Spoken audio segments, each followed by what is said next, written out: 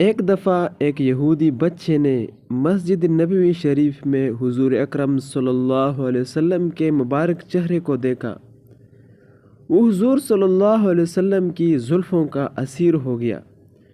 وہ روز کبھی بکریاں چرانے کے بہانے تو کبھی کسی اور بہانے گھر سے نکلتا اور مسجد نبوی کے دروازے جھانک کر حضور صلی اللہ علیہ وسلم کے چہرے الضحیٰ کا دیدار کر کے اپنے عشق کی پیاس بجھا لیا کرتا تھا۔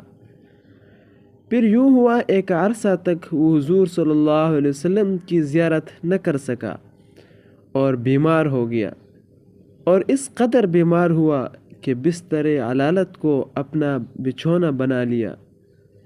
اس بچے کے والدین عزیز و قارب پریشان تھے۔ والدین نے ڈاکٹر معالج اتباع کو بلایا۔ وہ اس کا علاج کرتے ہیں لیکن کوئی مرض نظر نہیں آتا۔ انہیں سمجھ نہیں لگتی کہ اس کا مرض کیا ہے۔ پھر وہ شام بھی آ گئی جو اس کی زندگی کی آخری شام تھی۔ بچے نے بہت ہمت جمع کر کے اپنے والد کو بلایا اور بولا، والد صاحب آج میں اس دنیا سے جا رہا ہوں، کیا آپ میری آخری خواہش پوری کریں گے؟ اس کے والد نے کہا، میرے بیٹے، میرے لال، میرے لخت جگر، تو میری آنکھوں کا تارا ہے، میرے دل کا سہارا ہے۔ آج تو اس کی دنیا سے جا رہا ہے، یہ کیسے ممکن نہیں ہے کہ تیری خواہش ہو میں پوری نہ کروں؟ کیا خواہش ہے بتا؟ اس بچے نے کہا، میں دل اپنا آمنہ کے لال کو دے بیٹا ہوں، مجھے حضور سے عشق ہو گیا ہے اور آج اس دنیا سے جا رہا ہوں۔ تو میری آخری خواہش ہے تو اس کو پورا کر۔ والد ناراض ہو جاتا ہے کہ تو دنیا سے جا رہا ہے اور اپنا دین بھول کر جا رہا ہے۔ بچے نے کہا، آپ نے وعدہ کیا تھا، آخری خواہش ضرور پوری کروں گا۔ اب اس کا والد حضور صلی اللہ علیہ وسلم کی بارگاہ میں پیغام بھیجتا ہے۔ پیغام حضور صلی اللہ علیہ وسلم کی بارگاہ میں لایا جاتا ہے کہ ایک یہودی بچہ ہے لیکن آپ کا دیوانہ اور دنیا سے جا رہا ہے اور آپ سے ملنا چاہتا ہے۔ نبی رحمت دو عالم صلی اللہ علیہ وسلم نے فوراً صحابہ کرام سے فرمایا، اٹھو اس یہودی بچے کے گھر چلتے ہیں۔ حضور اس بچے کے گھر تشریف لے جاتے ہیں اور اس کی سر پر اپنا دست اقدس پھرتے ہیں۔ حضور صلی اللہ علیہ وسلم کو دیکھ کر اس کی جاتی ہوئی روح پھر آ جاتی ہے۔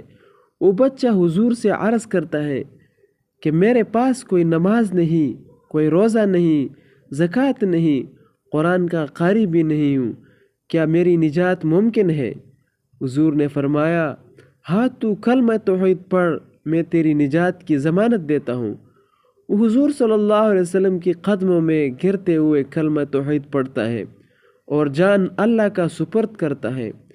اب اس کا والد کہتا ہے کہ اس کی میت اہل اسلام کی امانت ہے، اس کی تدفین اہل اسلام کریں گے۔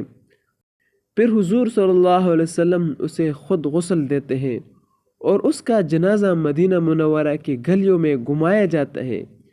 دیوانے کا جنازہ، عاشق کا جنازہ، مدینہ منورہ اور مضافات سے لوگ اس کا دیدار کرنے کے لیے لوگ آتے تھے۔ ہر طرف ایک ہی شور تھا۔ ایک یہودی بچہ تھا، دیدار مصطفیٰ نے اسے صحابی بنا دیا۔ جب اس کے چہرے سے کپڑا ہٹایا جاتا ہے تو ایک نور کی کرن اس کے چہرے سے نکل کر آسمان کی طرف چلی جاتی ہے اور اس کا چہرہ چمک رہا ہوتا ہے۔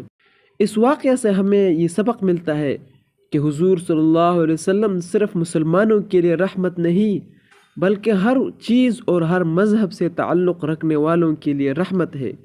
اللہ کریم ہمیں حضور صلی اللہ علیہ وسلم کی سچی محبت نصیب فرمائے۔ ہم تو عاشق رسول بھی کہہ کر پھر بھی حضور صلی اللہ علیہ وسلم سے عشق نہیں کرتے۔ جو سچے عاشق ہوتے ہیں اللہ تعالیٰ اس کو کھینچتے ہیں اور اللہ تعالیٰ اس کو کامیاب کرتے ہیں۔ اللہ تعالیٰ ہمیں سچے عاشق بنا دے، آمین ثم آمین۔